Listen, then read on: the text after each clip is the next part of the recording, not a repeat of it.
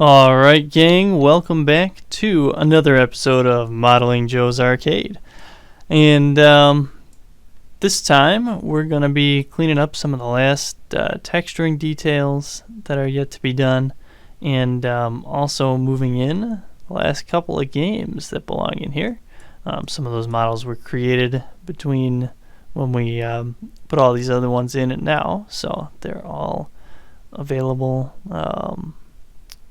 thanks to Gozer and one or two other people who I'll flash their names up here as well, who I downloaded them from as well.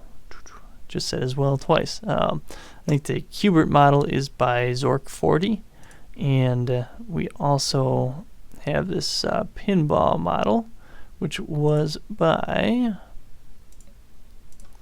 let me see real quickly, Cool Dan. Otherwise, the rest of these were created by Gozer. And yeah, don't want to come off like I was modeling any of these myself. That they are a little on the complicated side.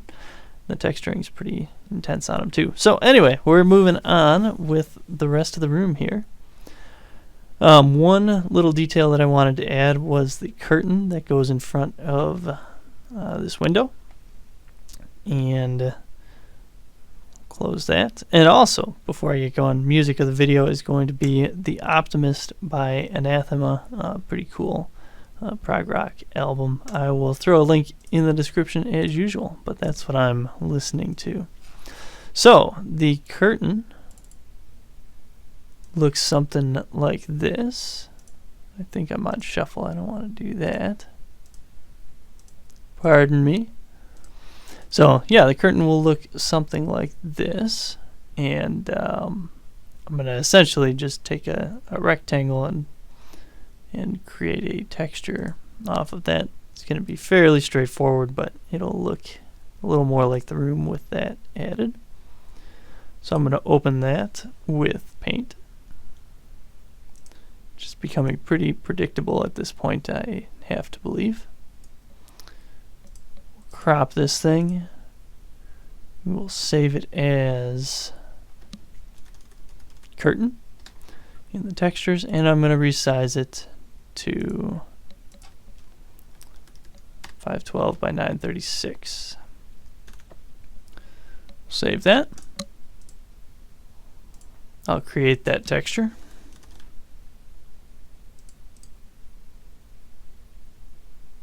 Curtain.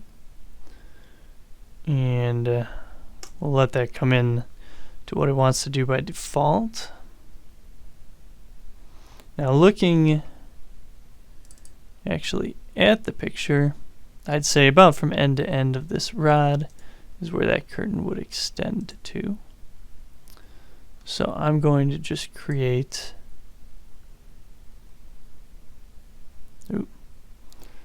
I'm definitely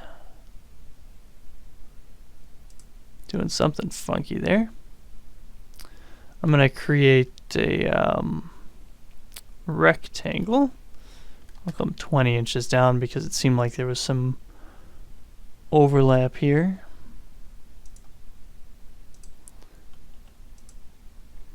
And I'm going to move this out a further ½ inch on either side.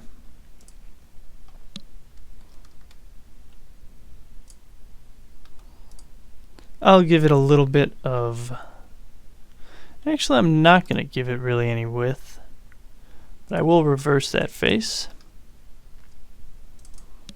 and I will just texture it with the curtain.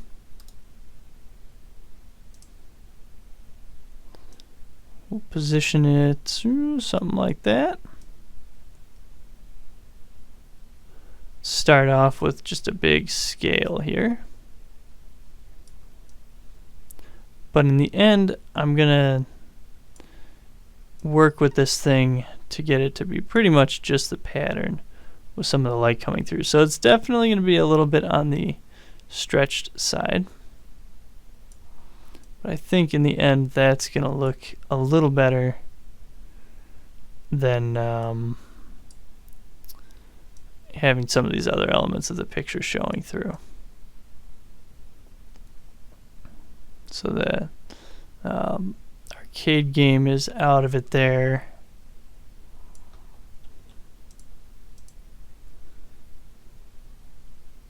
It just gives a little bit of definition. I'm going to try something crazy here. I don't even know if this is going to work, to be honest with you.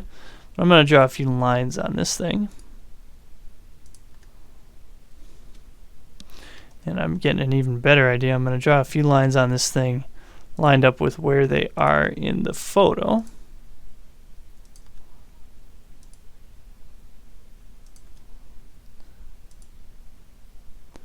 And some of you might have already figured out or guessed what I'm going to try to do here, which is just see what happens if I move these just a little bit.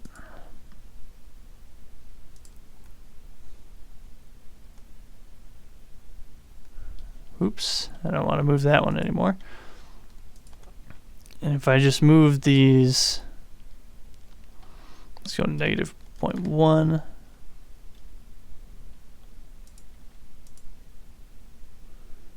So it's actually shifting the texture image a little bit. So all my effort there to keep it lined up kind of came to nothing.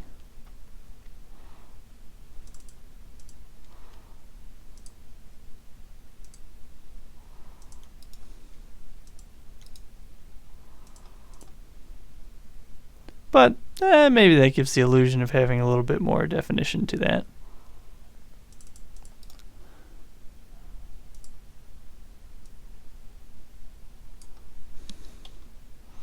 Readjust that because that one face in particular here just doesn't look quite on. Well, I say that a couple of these don't look quite on. So I'm going to make a couple adjustments. You do something and you think it'll be easy, and then it gets tricky. There we are. I'd say that's, you know, a decent representation. As close as you can get, at least, without going way overboard for modeling a quick curtain.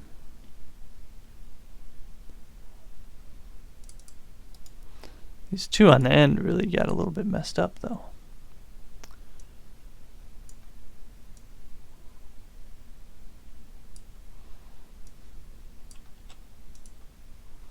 There we go. Looks a little bit better now. All right. So we've got the curtain added.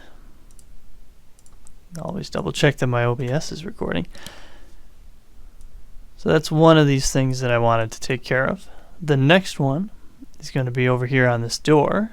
There should be a cardboard cutout of Babe Ruth on this door. And that's going to look something like this. So what I'm going to do is my usual flow here. Open that with paint. Crop it down to just him. I think I'm going to take an approach similar to the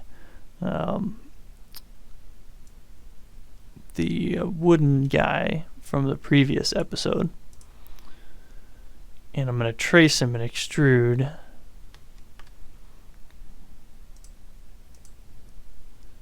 the face back to cut him down to just the cutout. So essentially making a 3D model cutout of a cardboard cutout.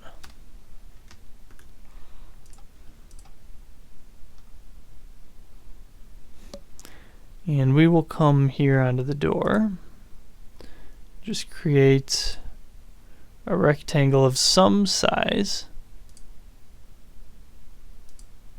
This doesn't really have to be anything in particular. I'm going to make it 1/8 of an inch wide, or thick, because cardboard has got some heft to it. I'm going to create a material for him. Where Where's Ruth? There's Ruth. But before I apply that, I want to kind of refine my area here a little bit. I actually think the width on this thing is not bad. But height-wise, just looking at it, I think this needs to be a little bit shorter.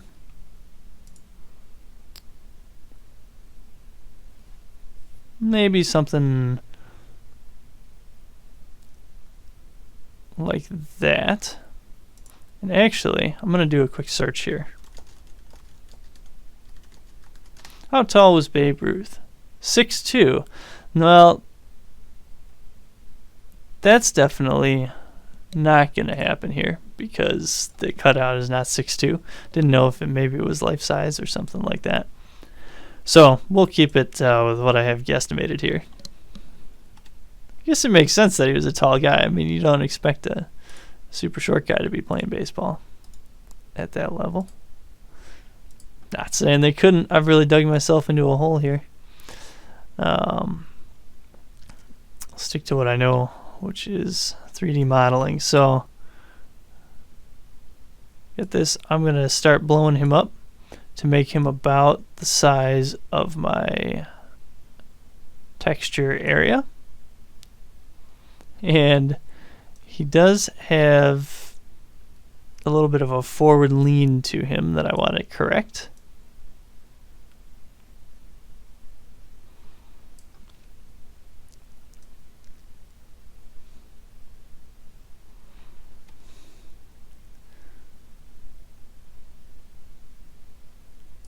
Yeah, this is looking okay.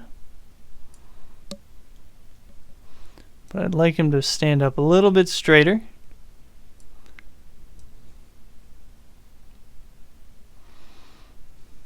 He does lean forward a little bit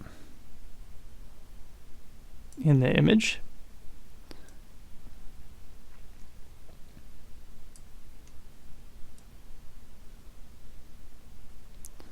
I'll get his feet here to be the actual bottom of this.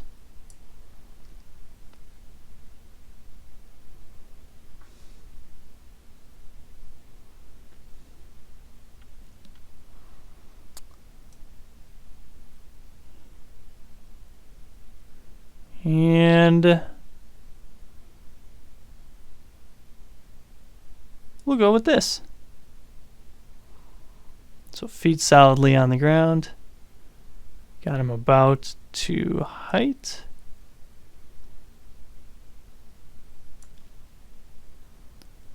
Yeah. So now comes the fun part where I trace him.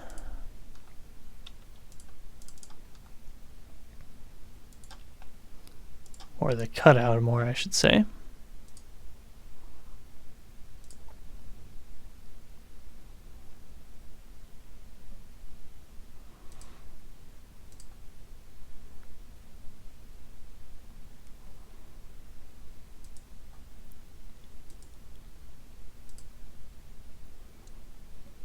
Oh. I'm going to try not to get too bogged down in the details just like with the last guy, but some amount of detail is going to be nice to capture here.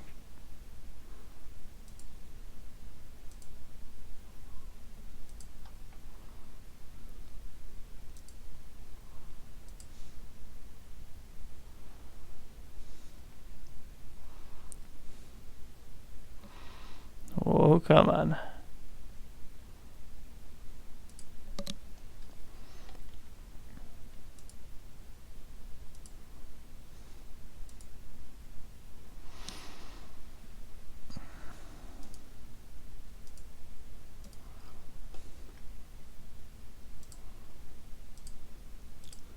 Coming around his elbow here.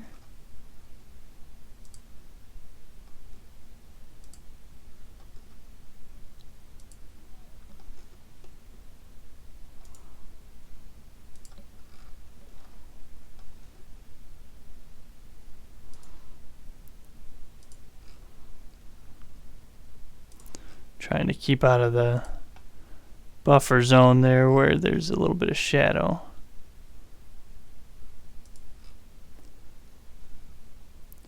Although that might not look too bad, I want to keep it fairly consistent.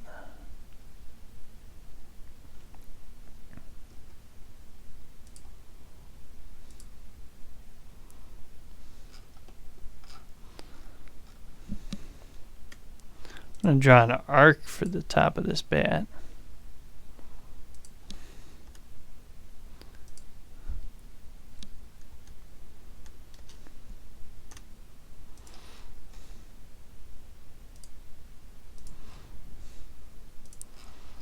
Just made it a little bit easier there. This one you can see more of the top of, so an arc doesn't actually do it. Oh, I've gotten off face. Watch out. There we go. An arc wouldn't actually do the top of this justice.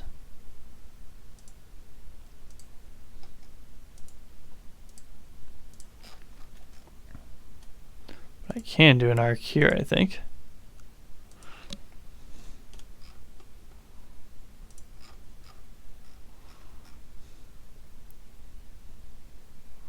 It's all about working a little smarter, not harder.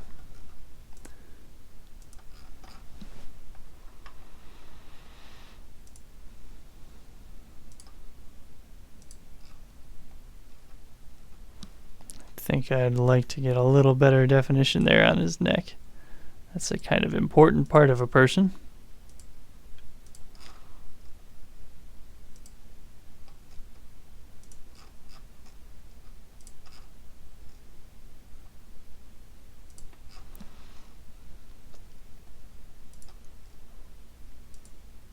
Coming up to his hat. Such excitement. Nearly the top of the picture.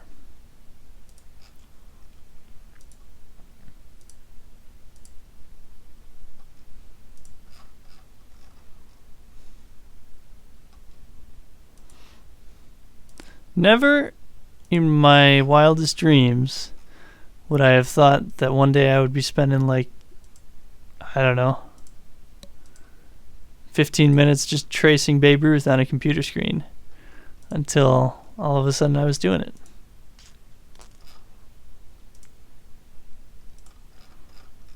We're on the way back down.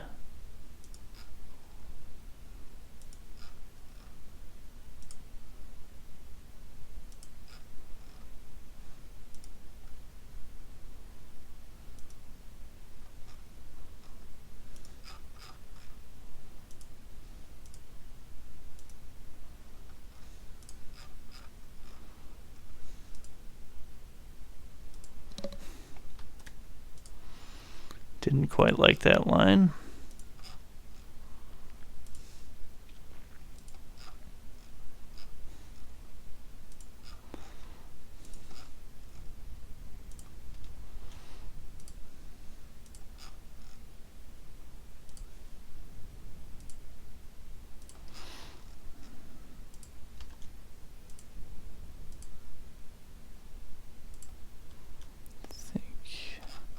Yeah. Do a quick double check while I'm pulled away, make sure everything's in 2D still, which it seems to be. Just gotta work my way back down around his belt here.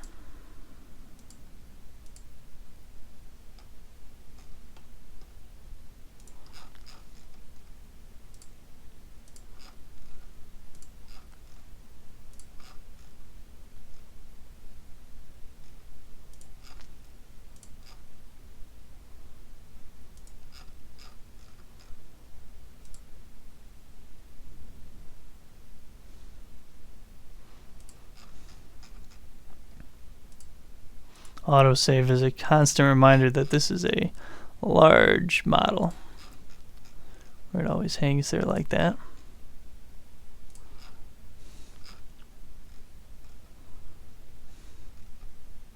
This is interesting. It's almost like torn off right there. And whoa, may have overshot. Cool. So we've got the outer edges of them. Pull that back. One Babe Ruth poster guy. I don't know what else to call that.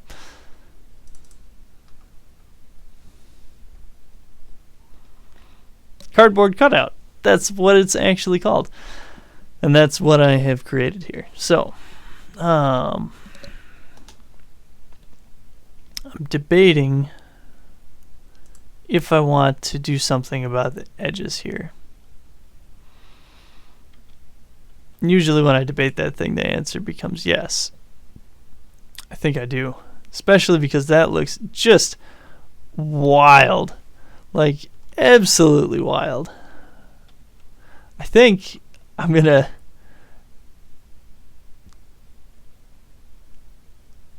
have to take a screenshot of this, actually, because it is just too crazy. Let's go ahead and do that.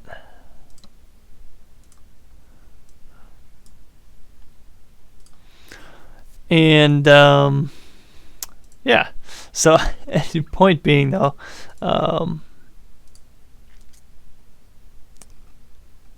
that's just making it a little bit easier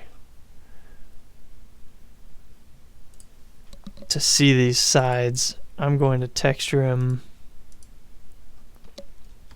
I'm going to select all of him.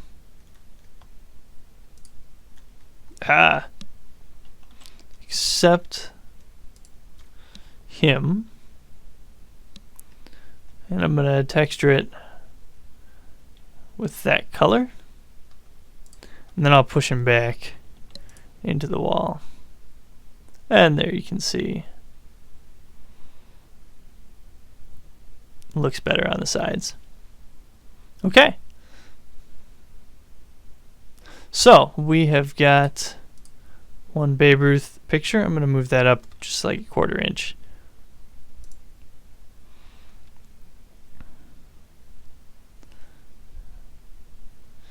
There we go.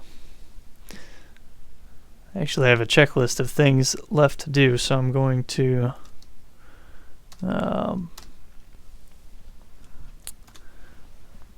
I haven't even saved this. No plus plus plus is pretty excellent. Take that off as well.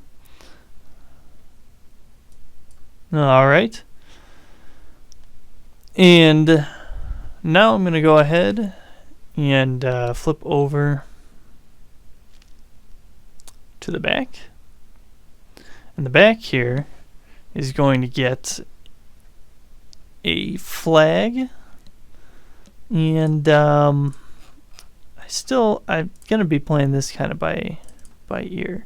Some cards on the back as well. And what I'm trying to figure out is if there's a way for me to do both.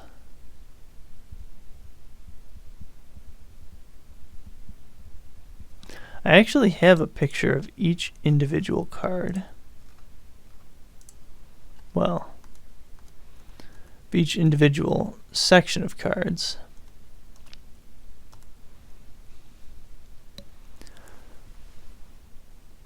But I'm tempted to try something with transparency to get the flag and the cards in at the same time. And you know what? I'm going to do it. We're just going to go down this road and see where it takes us.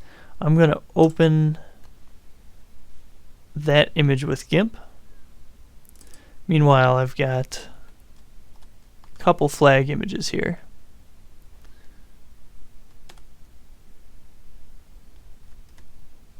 And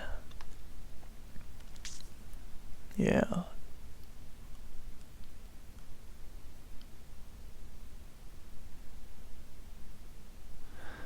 One of the interesting things too, just while I'm thinking, is this is a 49 star American flag, which is kind of cool.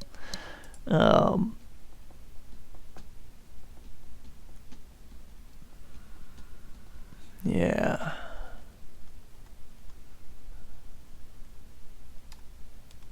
I think this second picture is the better picture. Flag 2. So we'll open that with paint. We'll save it as flag in my textures folder.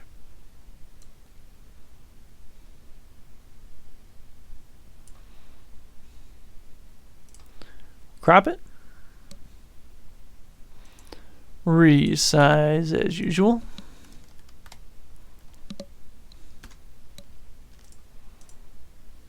What's GIMP trying to tell me to do?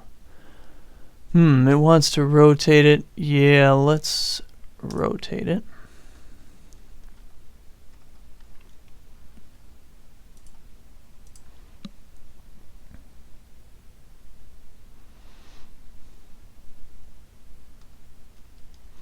Okay. Multitasking here. But I think I've got a picture, yeah, some measurements of the flag.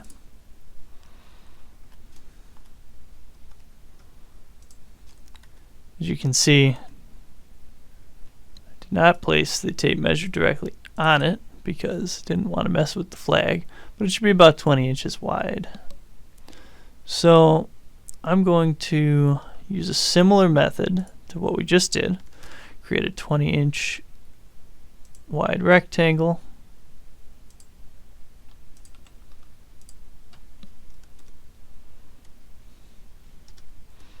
Make it 1/8 of an inch thick.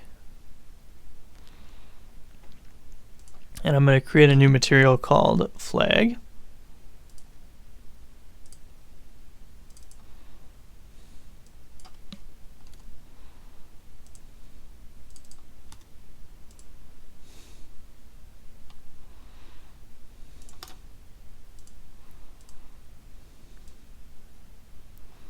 We'll make that a little bit wider.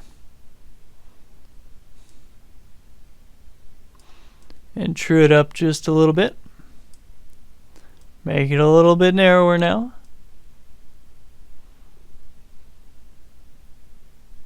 That's pretty good. So this is going to be about the dimensions of the flag.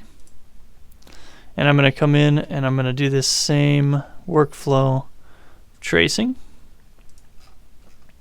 and extruding. It's going to be a little simpler than the last ones.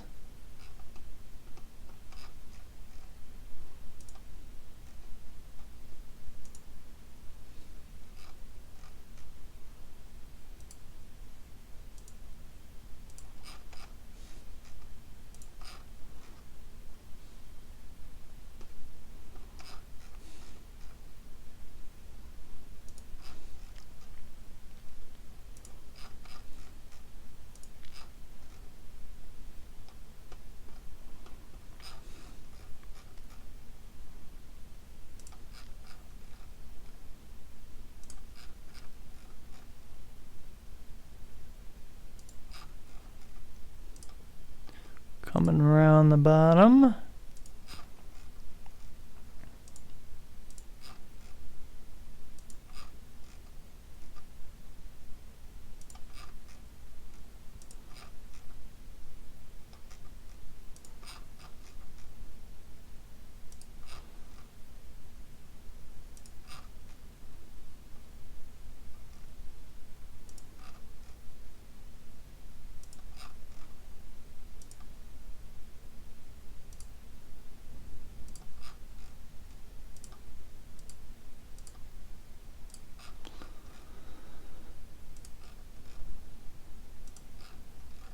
Coming up the top. Just kind of zoned out on this thing, I'll admit.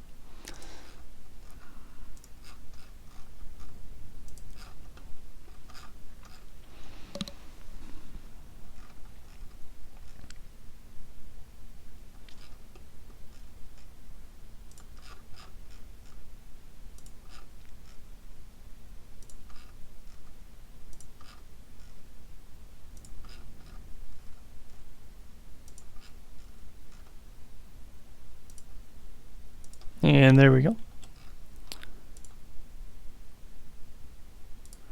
We'll offset that, offset this.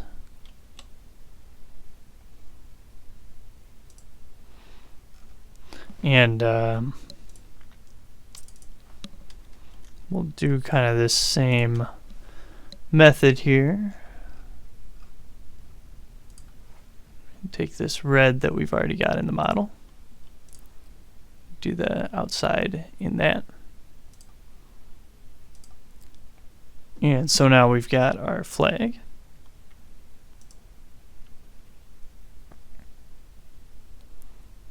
That'll go somewhere on the door like this.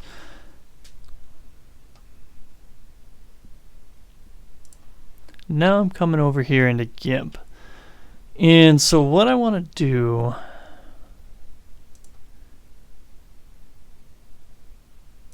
is I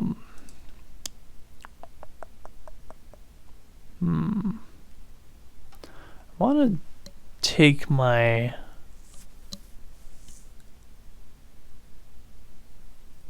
I want to use alpha, I guess.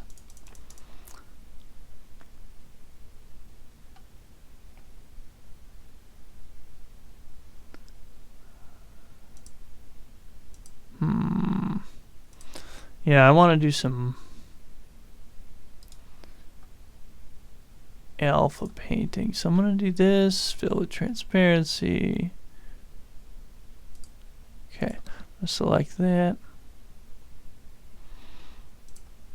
And I am a little bit of a GIMP newbie, so even though I use it every once in a while, it just is, it's tricky. So I'm doing my best here to be productive.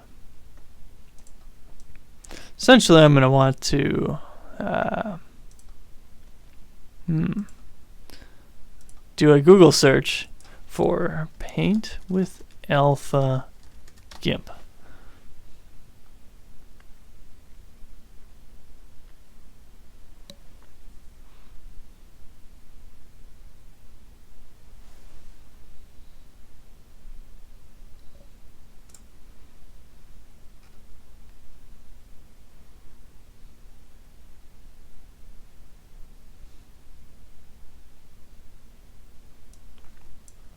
And I can do colors, color to alpha, it looks like.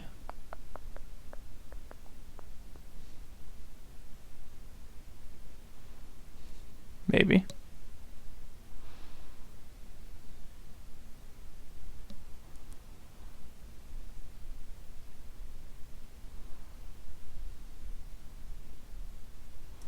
Ah.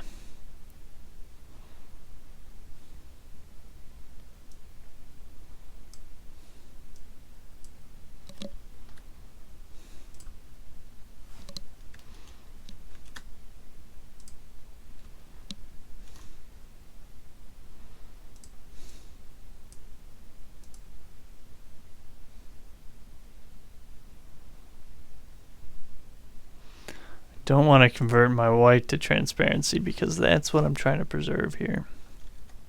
I'm going to start off, I guess, by taking in various parts of this image and just cutting it down.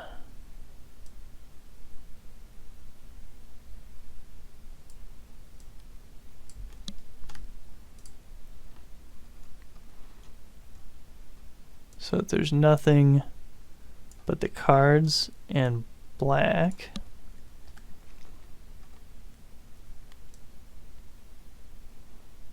I'm not going to try to be perfect, but I'm going to try to keep,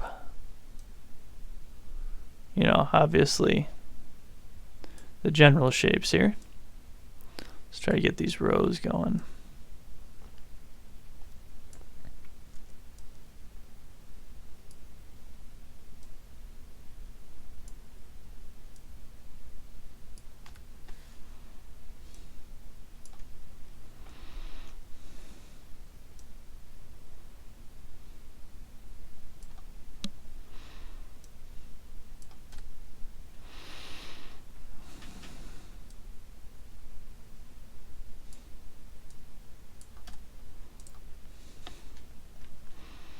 We're just going to isolate these cards.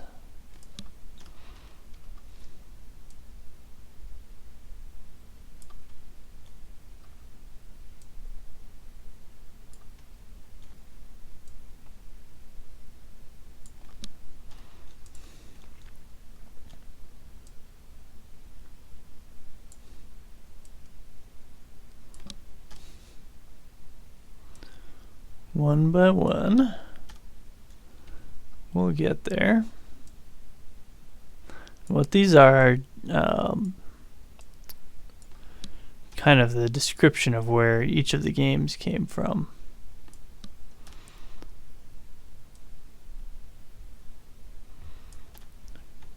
So some basically like game trivia, almost, you could describe it as.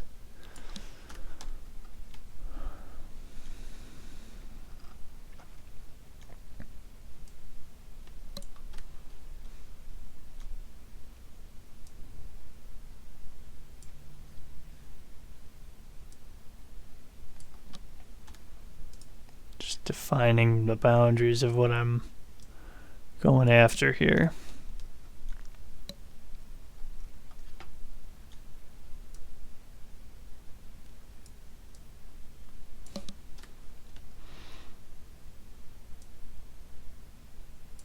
These are going to end up looking a lot more square than they really are because I'm doing a square edge on each one of them, but I think that's all right.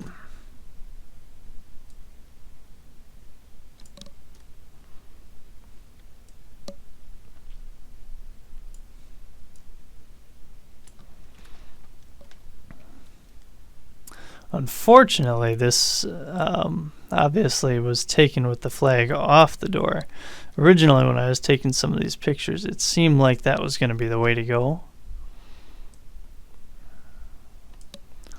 But I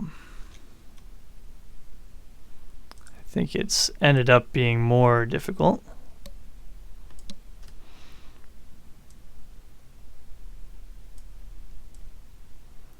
But it means I'm getting to mess around with a little bit of image editing, so figure something out after.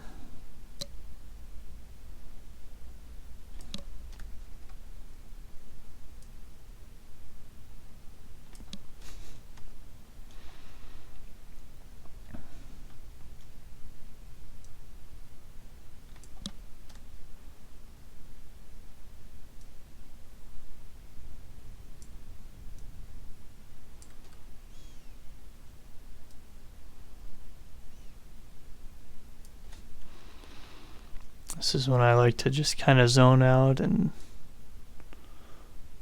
listen to the tunes.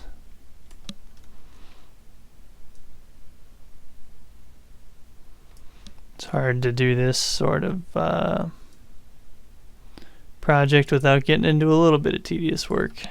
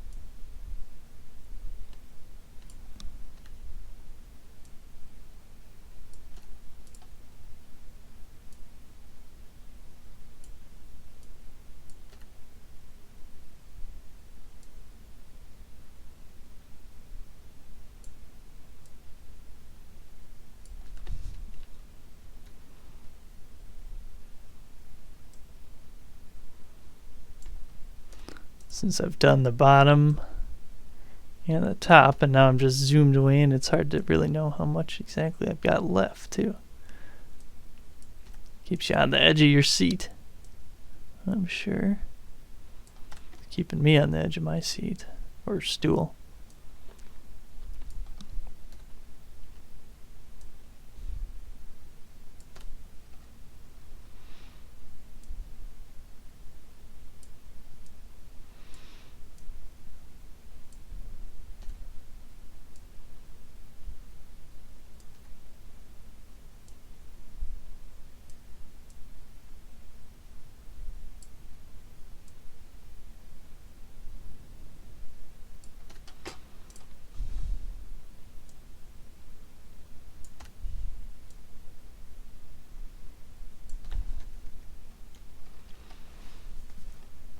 Alright, last couple.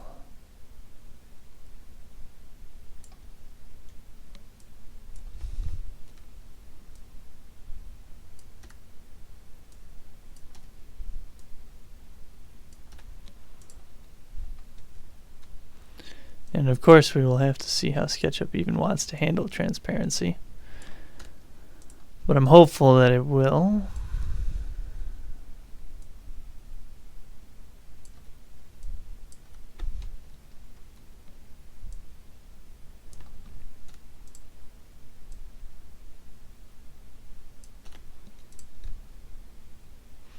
There we have it.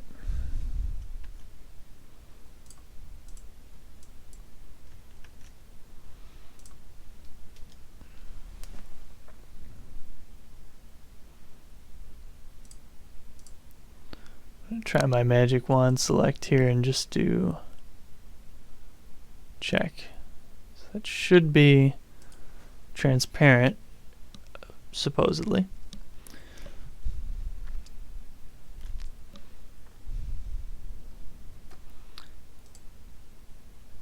I'm going to save this as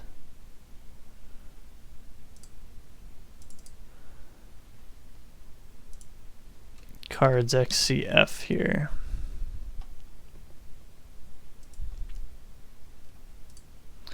And actually, while I'm at it,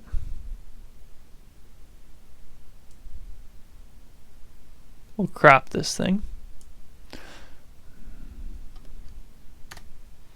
No sense in having more going on than I need. And I'm going to export a PNG.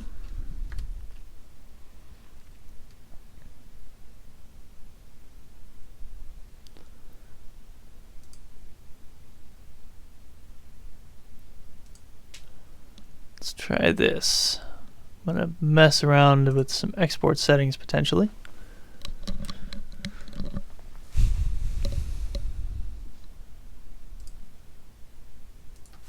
If it doesn't work,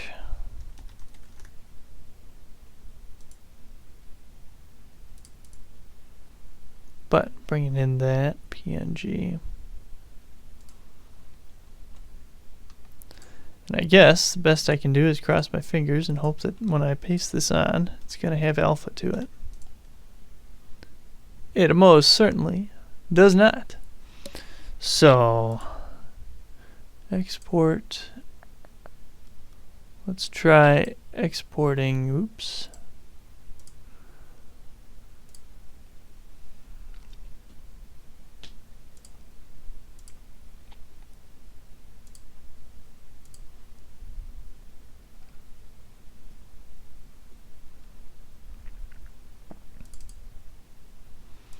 Let's replace it, and I'm going to delete this layer because I don't think I need that. Let's try doing it this way.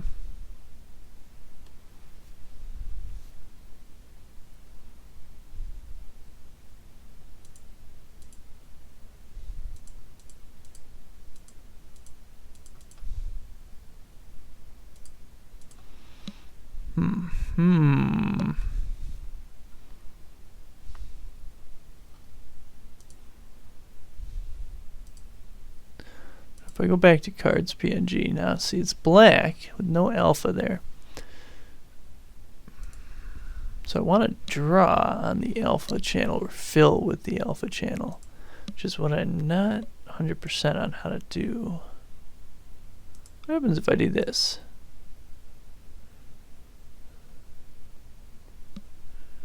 That didn't quite do what I wanted, I don't think.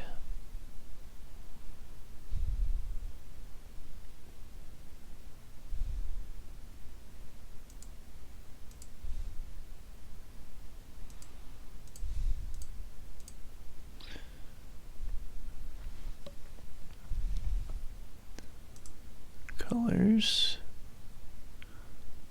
Color. To alpha. Well, let's undo what I've done there. Let's take like a real gnarly green.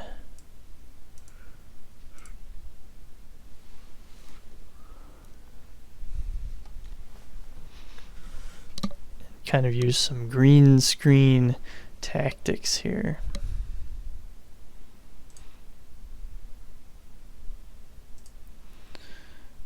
Colors. I would like to be able to use this color to alpha button, but it seems to be grayed out for some reason. Alright, so looking at this tutorial here,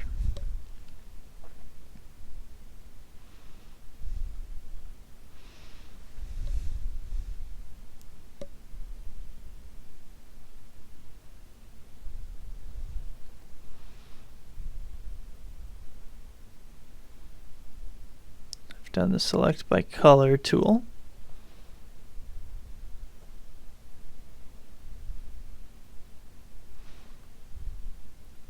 Feather the edges on this. I want to go a little less.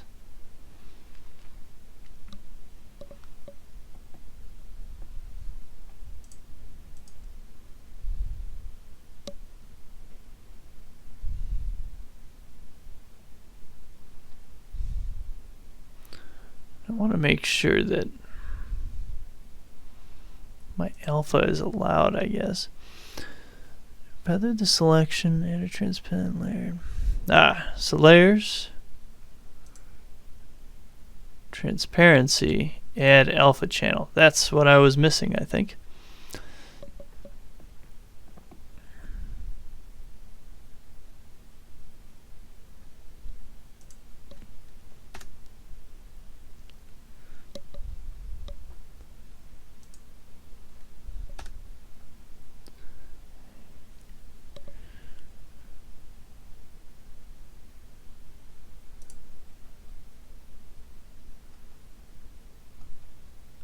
Okay.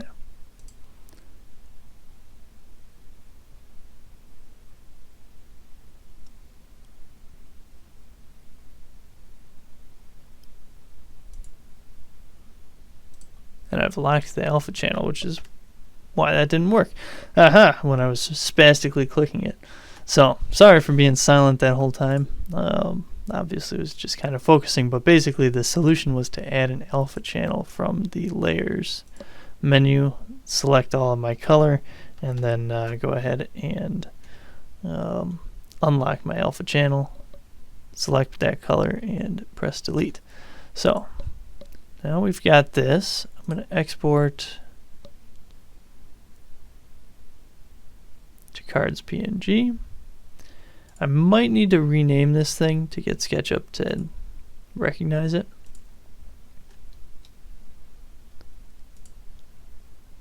Because sometimes I think it needs a reload, but hey, there we go.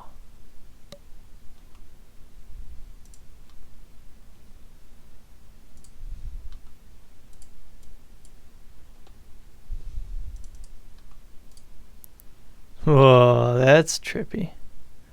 Just a little bit. So here's what I'm gonna do. I'm gonna now create dun dun dun while I pull up my picture here. I'm gonna create a rectangle that's like roughly the size of how wide this should be. It's gonna go about from the doorknob to the edge of the door, aka 31 inches. I'm going to just make that needlessly tall. I'm going to pull it out 1/8 of an inch, which is like my dimension of the day. And we'll do that. And now I'm going to grab from the model one of these glass textures. Go glass and mirrors, translucent glass. Yeah, something like that.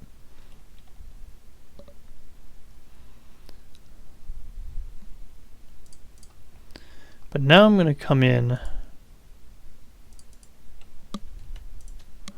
and I'm going to offset this. Oh, it looks like maybe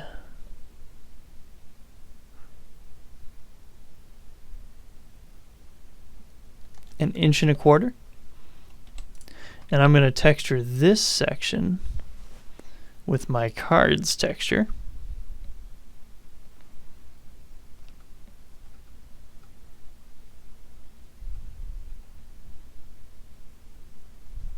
Which I've passed by.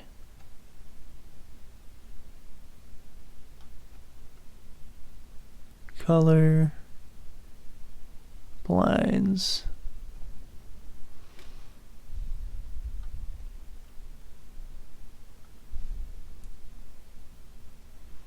There are a lot of textures here.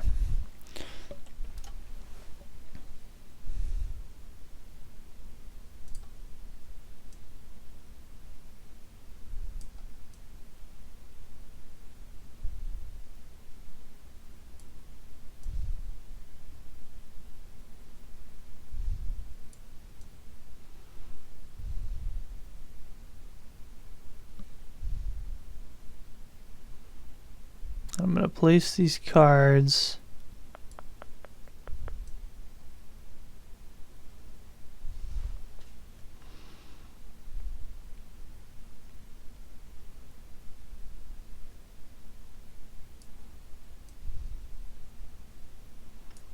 position them a little bit.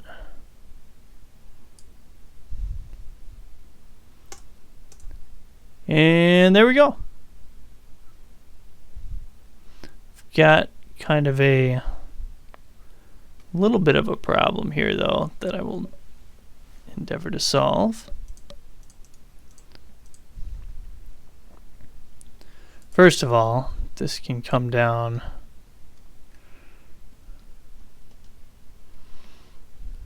like that. I think what I'm seeing here is this. Need to actually do some really funky stuff here. And I'm going to copy this group forward 1 inch. And I'm going to delete everything in it except the cards.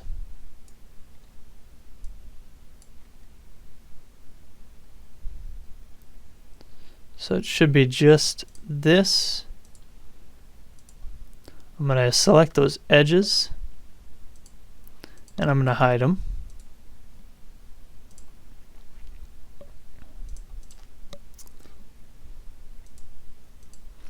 And I'm going to delete this face on the other one. Oh, getting in the pole.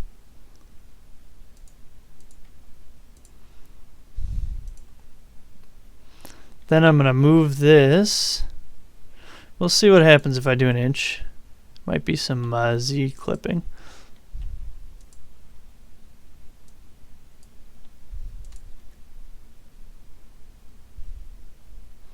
I'm going to move this down 10 inches.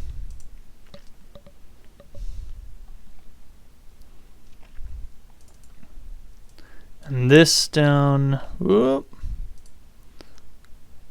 Got my cards face there. I'm going to move that down then. Just guessing. 7 inches.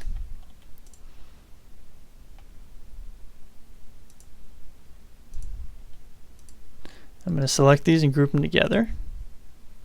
And I'm going to move this out 1/16 of an inch to try to help eliminate some of that phasing. Oop. No, that's not quite doing it.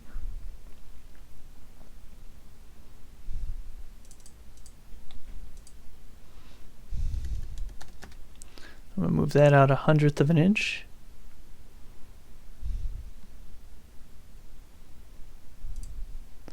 Then I'm going to move it down.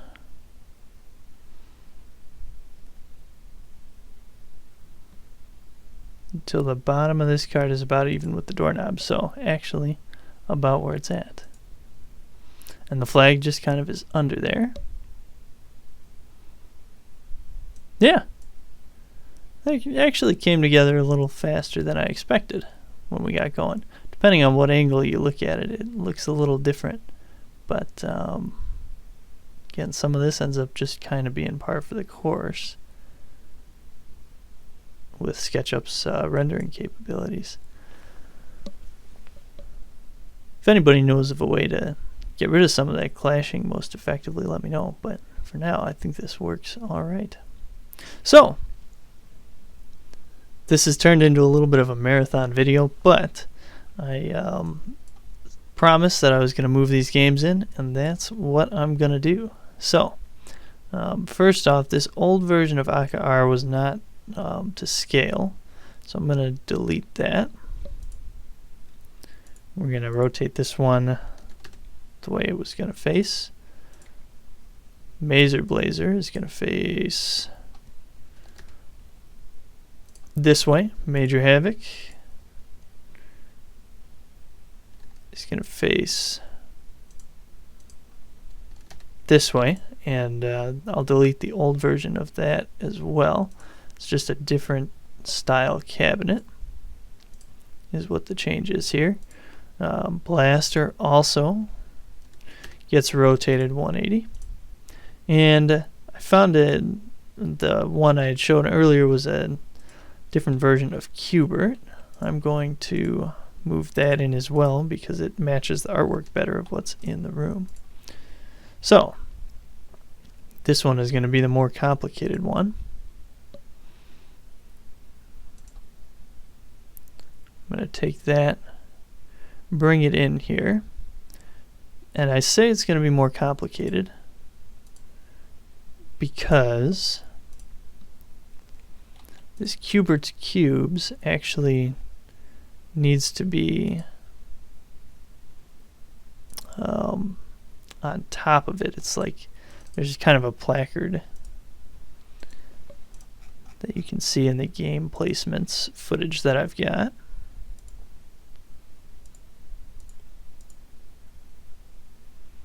It goes on top because the machine can convert between Qbert and Qbert's cubes. So what I want to do is essentially grab this face here. I move that out 12 inches just so I can kind of see what I'm getting at here.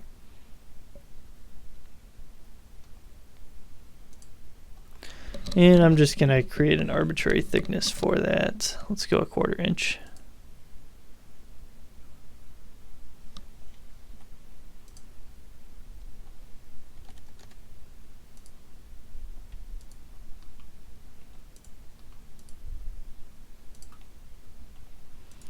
And we can essentially delete a whole bunch of this.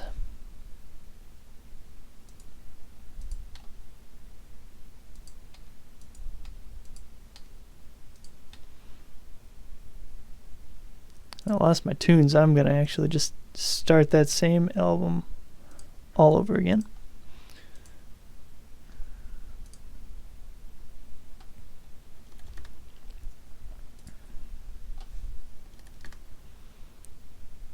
Create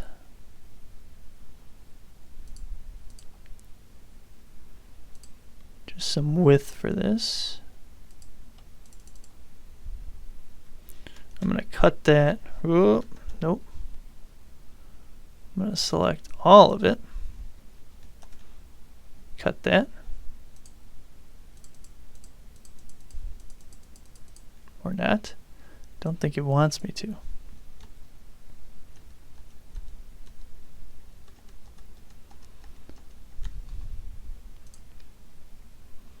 Alright, we're going to take a different approach to get this done.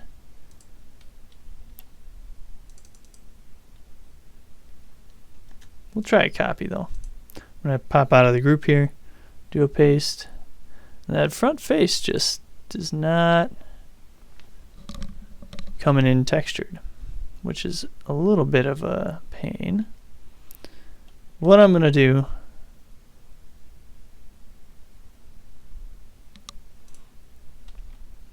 is move this thing up 100 inches, and I'm gonna just tear it apart. So we'll explode it. We'll explode it again.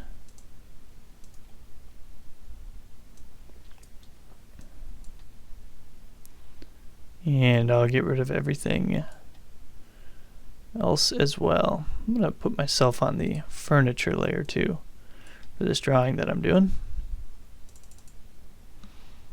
Should have put that all on furniture.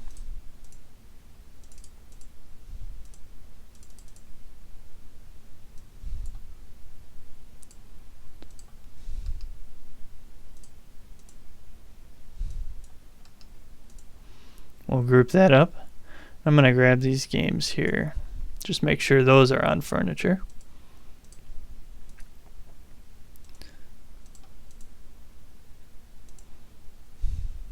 Alright. There we go. So now I've got Cubert's cubes.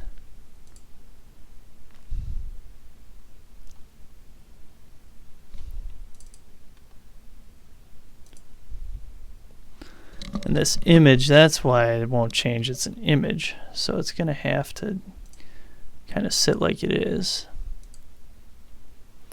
But I'm going to move it over 0.035 to center it down there.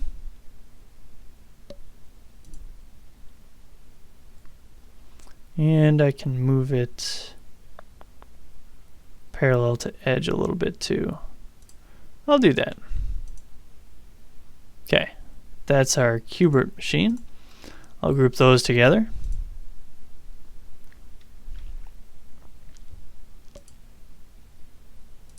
And move it back into position. But I want to throw it on the ground, of course. Okay, so there's Cubert. Next up, let's do Aka R. Want to check how this thing sits on the ground, just like so.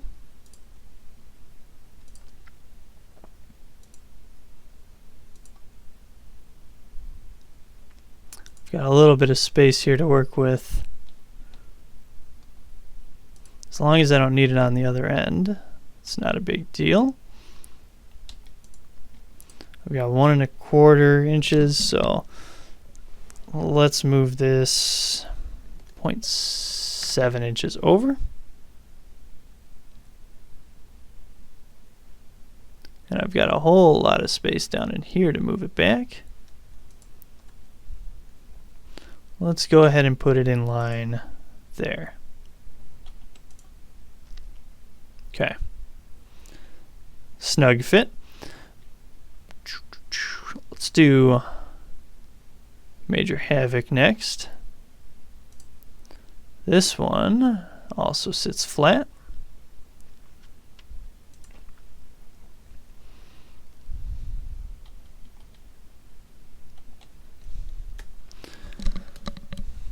So I've got it in the right spot right now. Let's just see how I can kind of shift it to look a little better.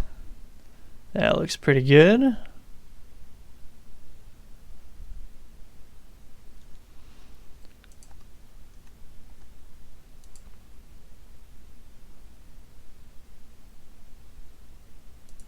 Don't want to put it too close to the wall.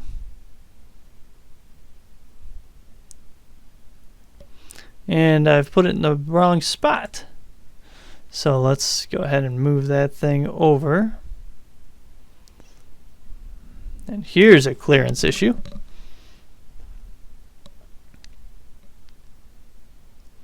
It's good on the back.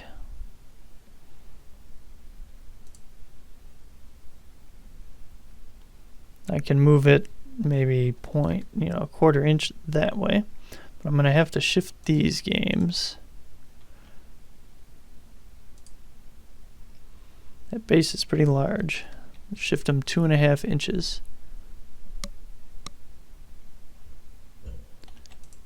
And now the moment of truth.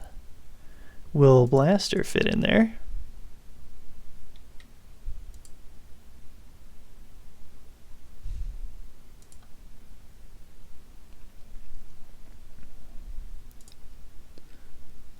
It's looking good.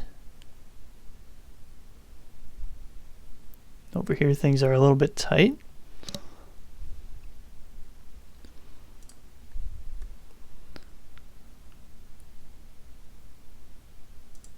I'm going to move it back to the same position as those other games.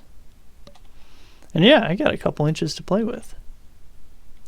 So let's move this thing over 2 inches.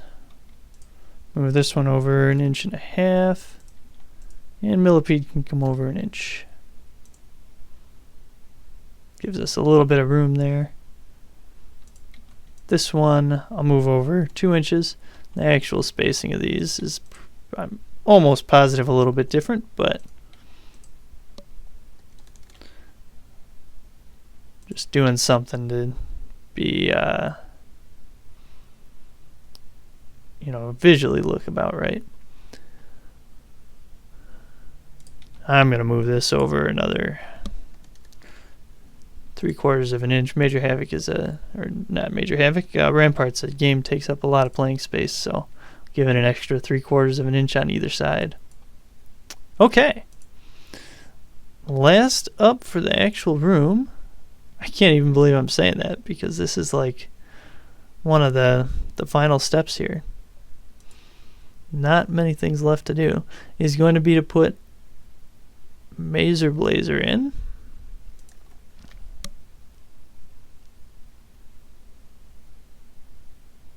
I'm going to center that on Cubert. And I'm going to move the back face to be on Cubert there. And then shift it forward 1/2 inch. Pretty cool controls on this one too.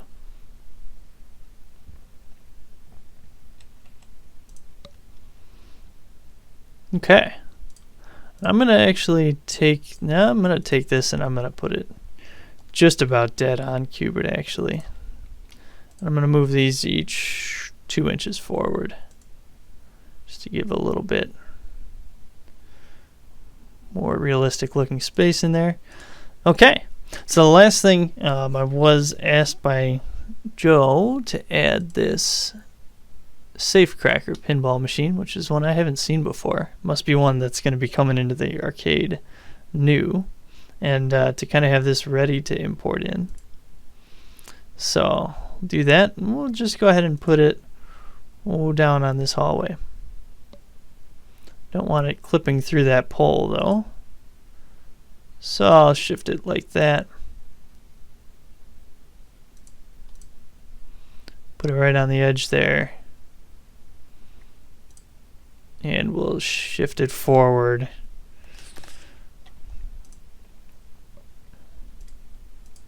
This is being oddly perfectionistic for something that isn't even in there yet, but hey, we've been doing it the whole time.